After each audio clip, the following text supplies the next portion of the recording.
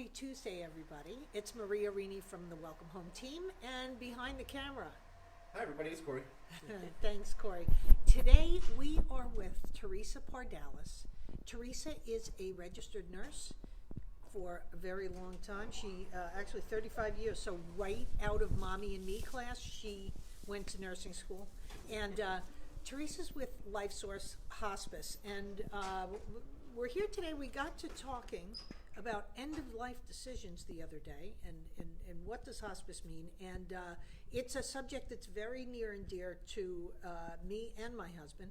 Between us, we have 4 parents and 2 siblings who had end-of-life decisions to be made about them, and only one out of that group of 6 was very crystal clear about what they wanted end of life. So a very important topic, and one that a lot of people just tiptoe around. So we're here with Theresa to dive right into it today. Thank you so much, Maria. It is something I'm very, very passionate about, end of life, and it is something everyone hesitates to talk about. And I understand why, but I also know that dying is a part of living.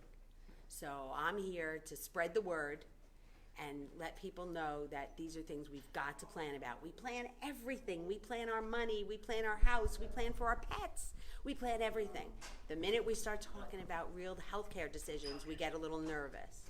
Yeah, so most people are going to spend more time planning their next vacation than they are talking about their health Because they directives. can't even go there.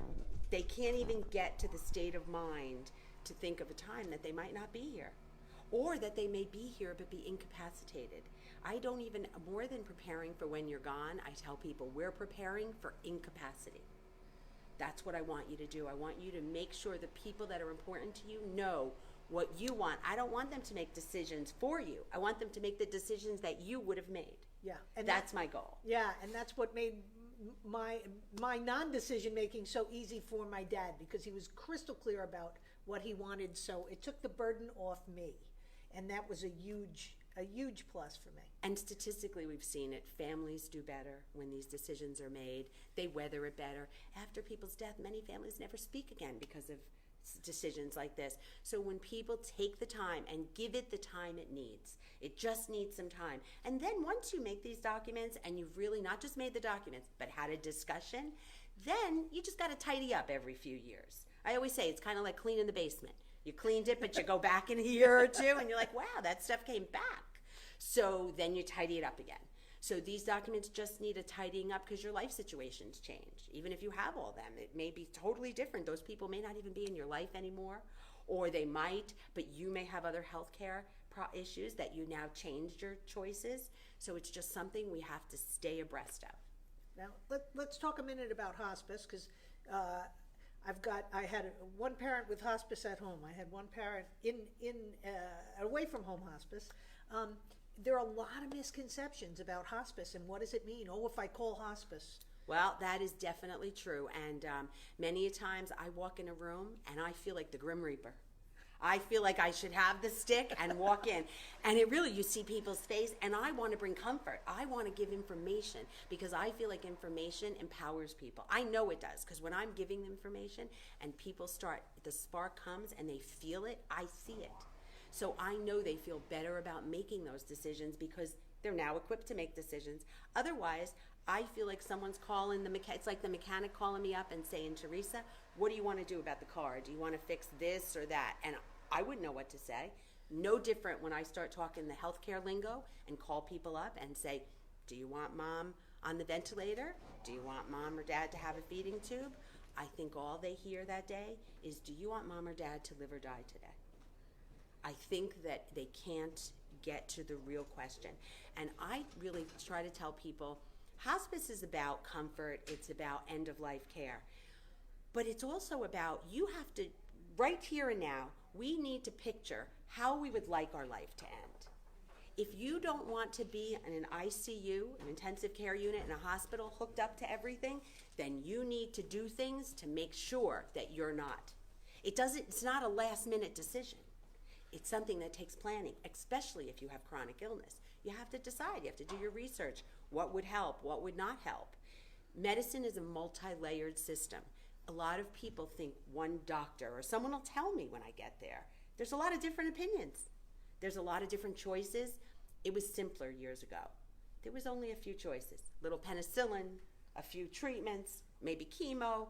Now there's so many treatments, so many treatment choices that we have to make a plan. Now, with hospice, hospice is palliative care. Hospice, palliative, it's a good question. Hospice and palliative care. Palliative care can be given to anyone.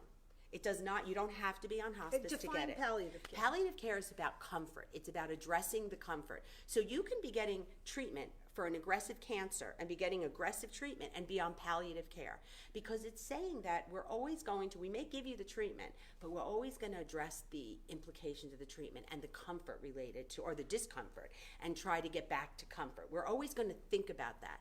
One thing in hospice and in things, I feel like we've stopped talking about the suffering. We talk about all the hope, and I know we want hope, but we have to talk about the suffering and some of it when we're doing certain things. When we suffer during childbirth, we see a wonderful baby. You forget that suffering.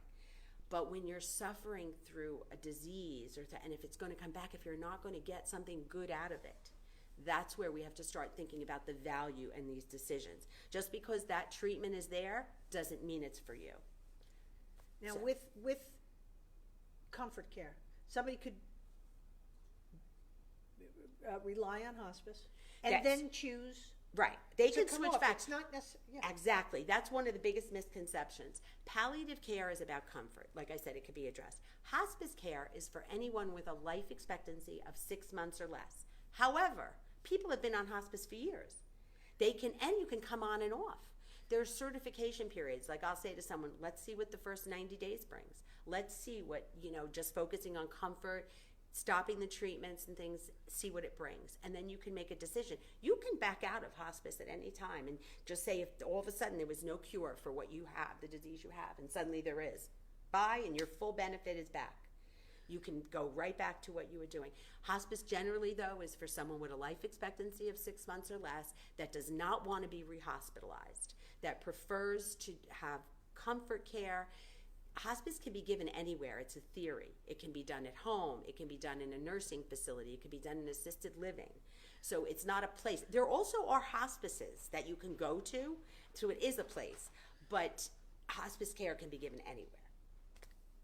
Okay. So talk to us a little about LifeSource and your crew. Okay, so LifeSource, we've been around for 20 years, they tell me, 20 years this year. What makes us unique at LifeSource is that we're more boutique style hospice. As I brought up before, medicine has gotten very complicated, multi-layered systems, so many relationships, and that is good, and that also can be bad for the consumer, because sometimes you don't know what other people's interests are and what they're recommending when they're part of bigger and bigger organizations. So what's nice about LifeSource is we have relationships, but we are not committed to one medical center or any one center. We work with everybody. So it's very customized care. We have nurses that are very passionate about what they do, and you must be to be working hospice. We have our own aides. We don't contract out aides. We have our own aides. So people are more trained when they're within your agency. It's not on a contractual basis. I really like the style in which we work, because we look at every single case uniquely, and we see even patients that maybe other people might not consider for hospice. Like, let me give you an example. We talk about DNR, do not resuscitate. That's the magic thing with hospice. But you don't have to be a DNR to be on hospice. You can have a resuscitation order. Our goal is that you would not be, that you would come to light, come to see that the best care is to go with an end-of-life plan, other than being resuscitated and put on a ventilator or something like that. But you don't have to be a DNR. You don't have to be a do not resuscitate. It's something that we would hope evolves as your disease evolves, and that the patient would see that that's probably the best choice. But they can go to the hospital and be resuscitated. They can call 911. That's, something people don't know. The other thing that I really like is, I like when people use DNR with AND. DNR, do not resuscitate. Too many. I know. Do not resuscitate sounds, though, like I have something good and I'm not going to give it to you, because don't resuscitate, And it's, it's good when it's used appropriately. It was started, a resuscitation, in 1969. But CPR cardiopulmonary resuscitation was started for sudden unexpected death. It wasn't meant for a lingering illness or a body that's failing. We have now misused it. And that's where we're running into a lot of problems with end of life, because the body knows what to do. The body knows how to shut down but we've interrupted a lot of those processes. So we're having complications more at end of life. What I like about AND, allow natural death, is it sounds right. Yeah. It sounds merciful. It doesn't, DNR just doesn't, like if I say, do you want to be a DNR? It sounds a little tough. I don't know why. But if I say AND, would you like to allow natural death for your mom or dad or your loved one? It just sounds right. Yeah. So I like to say DNR AND. Okay. Who calls Life Source? How does Okay. family or a person get Community, involved with you? a doctor has to agree that hospice care is appropriate. But once the doctor agrees, a family can generate it, the hospital can generate it, the facility can generate it, anyone can call. You can just call to inquire. I encourage that so much. I say to people, let's have a conversation. There's actually a wonderful website for people that really want to start talking about this called The Conversation Project. There's also another one called Your Decisions Matter. Look at those with your families. Has simple questions that just thought-provoking, but things that they even have a little card game, like you might sit and say these questions, like, what do you want if? People don't ever want to play games with me, because my games are like, the one card says, like, let's talk about your deathbed. They're a little morbid. They're a little, Just a little. But can you really think about it, though? I value end of life, and I want people to be in more control of it. And I believe that our end of life can be as beautiful as our birth. It's sad, but it can be as beautiful as our birth if we plan it. Now, you mentioned to me in an earlier conversation, April 16th. Tell us about April 16th. I'm very excited about April 16th, and I'm excited because the Rotary will be partnering to bring it to light. But April 16th is National Healthcare Decisions Day. It's been around for ages. I think it was like 2011, but ages. But you don't hear about it because, again, it's something we don't want to talk about. So what happened was someone designated this day, April 16th, as the right day to talk about it, because frequently we don't know when to bring it up. Do you bring it up at the holiday? Do you bring it up when you're out to dinner? It's everyone's awkwardness with this conversation. But April 16th was chosen because what two things do we all have to do? Pay taxes, and we have to die. So the 15th is tax day, the 16th is death day. Love that. Love the whole premise, right? I just love it. Right? What a great premise. So I can't believe we haven't ran with it. So this year, we as a community are going to run with it. We are going to empower people to talk about this. We're going to teach them how to talk about it. Maybe we don't know how to talk about it. Yeah. I know, I talk about it freely, but everyone doesn't. These groups, these kind of things will help us. So on that day, we hope to bring many organizations, seniors, all ages, not just seniors. This is for you and I. This is for anyone 18 or older, because anyone 18 or older needs someone to choose someone that makes their decisions. This is not just for people, older people. Yeah. After you're 18, it's no longer your mom or dad or your guardian. So you need to choose who's going to make it, and you should have a discussion about it. There was a doctor that I met with that I really liked the concept. I haven't seen it since.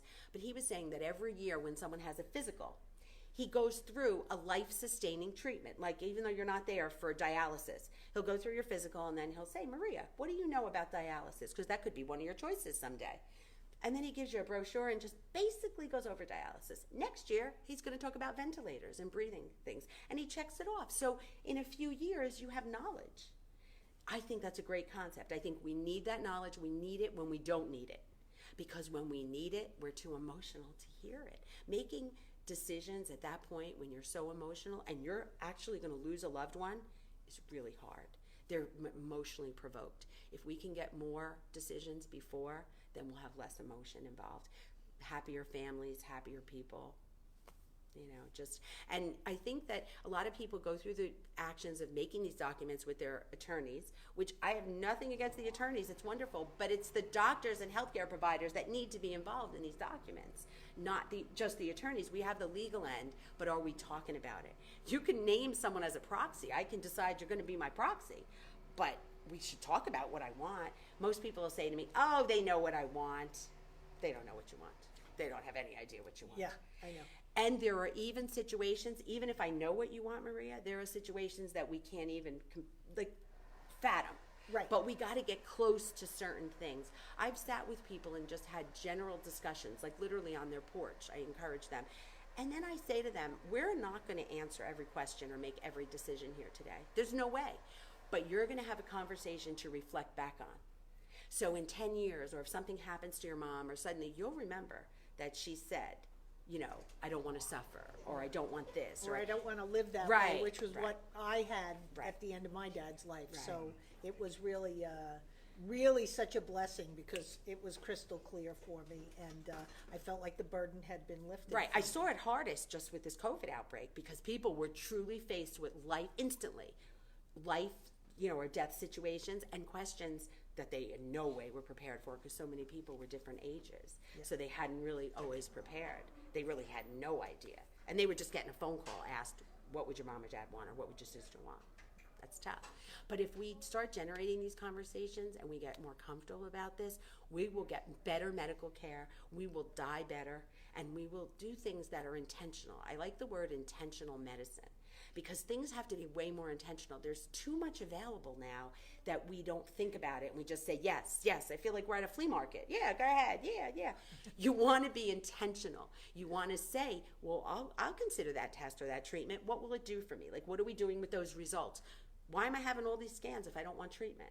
Or why am I, you know, you just have to think about what I always say to people when they have a test, just be sure you know what you're going to do with the results because going through the process is still a process. It's not easy on your loved ones. When we say, just take mom to the hospital, she can have an x-ray. Okay.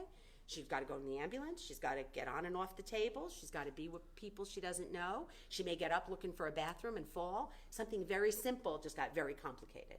So the more we think about these things, the less trauma and more pleasant end of life I see. Excellent. So we'll hope you look forward to April 16th, look for National Healthcare Decision Day. We are definitely gathering. We are going to have speakers, and we are going to talk about the things that no one wants to talk about.